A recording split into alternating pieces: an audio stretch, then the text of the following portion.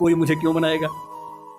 लेकिन अगर मैं इस हाइपोथेटिकल सिचुएशन में चला ही जाऊं कि मैं भारत का शिक्षा मंत्री बन जाऊं, इसमें एक समस्या यह कि भारत में शिक्षा संवर्ती सूची का विषय है। संवर्ती सूची का मतलब है कि केंद्र सरकार के पास शक्तियां सीमित हैं, राज्यों की अपनी शक्तियां हैं। तो सबसे पहली बात, मैं राज्यों पर थोपूंगा कुछ भी नहीं, मैं सारे राज्यों के शिक्षा मंत्रियों के साथ संवाद करूंगा। मैं उन सबको प्रेरित करूंगा, समझाऊंगा।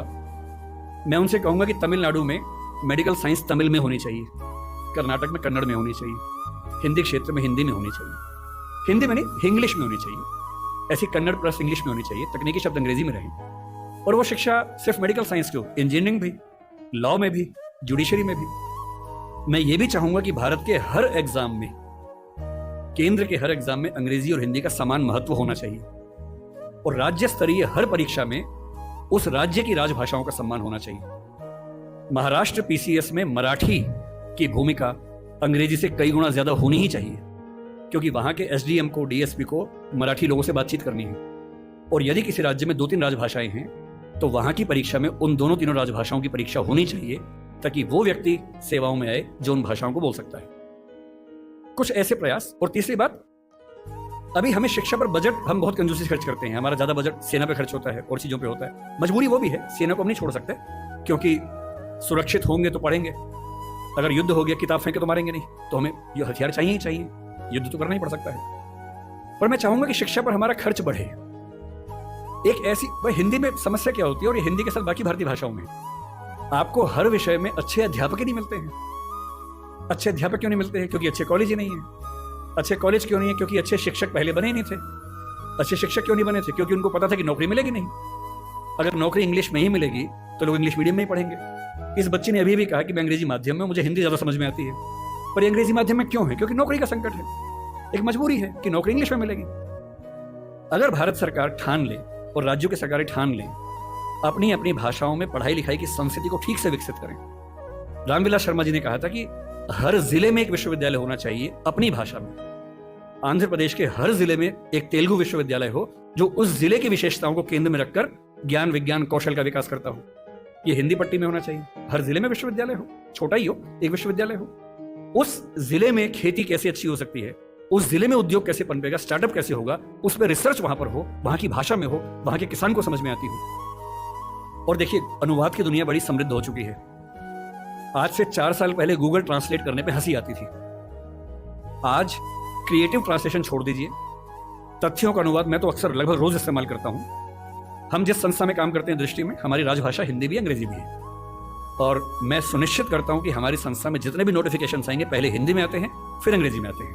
मैं खुद बनाता हूं, दोनों भाषाओं में बनाता हूं। पहले हिंदी में, गूगल ट्रांसलेट पे जाता हूं, 1 सेकंड में अनुवाद हो जाता है, फिर उसको चेक करता हूं। आश्चर्य आपको होगा कि पहले 40-50% सही होता था, आजकल 95-97% सही होता है। मुश्किल से 2 साल रुक जाइए, यह मामला 100% का होने वाला है। जिस दिन 100% का हो गया, उस दिन हिंदी वालों का यह बहाना खत्म हो जाएगा कि हिंदी में कंटेंट नहीं है। आपको अंग्रेजी का जो अखबार पढ़ना है, आज से 2 साल बाद पता क्या होगा? आप नेट पे जाएंगे, द हिंदू मान लीजिए पढ़ना है आपको, आप द हिंदू पे जाएंगे, नीचे क्या लिखा होगा, कौन सी भाषा में पढ़ेंगे, सारी भाषाओं के नाम होंगे, यहां तक कि स्पेनिश और फ्रेंच भी लिखा होगा। आप हिंदी क्लिक करेंगे, पूरा अखबार हिंदी में आएगा आपके सामने। फिर क्या बहाना बचता है? दुनिया की जो भी किताब पढ़नी है, एक टैबलेट आपके पास होगा या बुक रीडर होगा, दुनिया की जो किताब पढ़नी हो अपनी भाषा में आप पढ़ेंगे, और अनुवाद की समस्या रत्ती भर नहीं होगी। मुश्किल से 5 से 10 साल के बाद ऐसी डिवाइसेस आ जाएंगी, ईयरफोन लगा होगा आपके कान में। आप जैसे, मैं भी जब विदेश में जाता हूं, जहां अंग्रेजी चलती है वहां दिक्कत नहीं आती। अब जैसे मान लीजिए मैं ऑश्विट्ज, एक आपने सुना होगा, जहां नाजी अत्याचार हुए थे, मैं 2 दिन पहले पोलैंड में वहीं गया हुआ था। वहां हर चीज पोलिश भाषा में लिखी हुई थी, कहीं कहीं अंग्रेजी थी। अब समझ में नहीं आ रहा कैसे पढ़ूं। गूगल ट्रांसलेट पे जाके कैमरा ऑन करना है, लैंग्वेज में आपने कर दिया पॉलिश टू इंग्लिश, आप कैमरा जहां जहां ले जा रहे हैं पॉलिश इंग्लिश में कन्वर्ट होकर दिख रही है आपको, कोई समस्या ही नहीं है। वो सारी पॉलिश लिखी है, मैं सारा अंग्रेजी में पढ़ रहा हूं, कहीं कहीं हिंदी में पढ़ रहा हूं, सब कुछ हो चुका है। मुश्किल से 2-3 साल बाद क्या होगा, ऐसे हेडफोन्स और माइक आ जाएंगे, आप अपने कंप्यूटर से या फोन से कनेक्टेड हैं, एक पॉलिश व्यक्ति या मान लीजिए डच व्यक्ति आपसे बात कर रहा है, नीदरलैंड्स का, उसको केवल डच आती है, मुझे केवल हिंदी आती है। मैंने अपने फोन में डच से हिंदी सेट कर दिया, उसने अपने फोन में हिंदी से डच सेट कर दिया।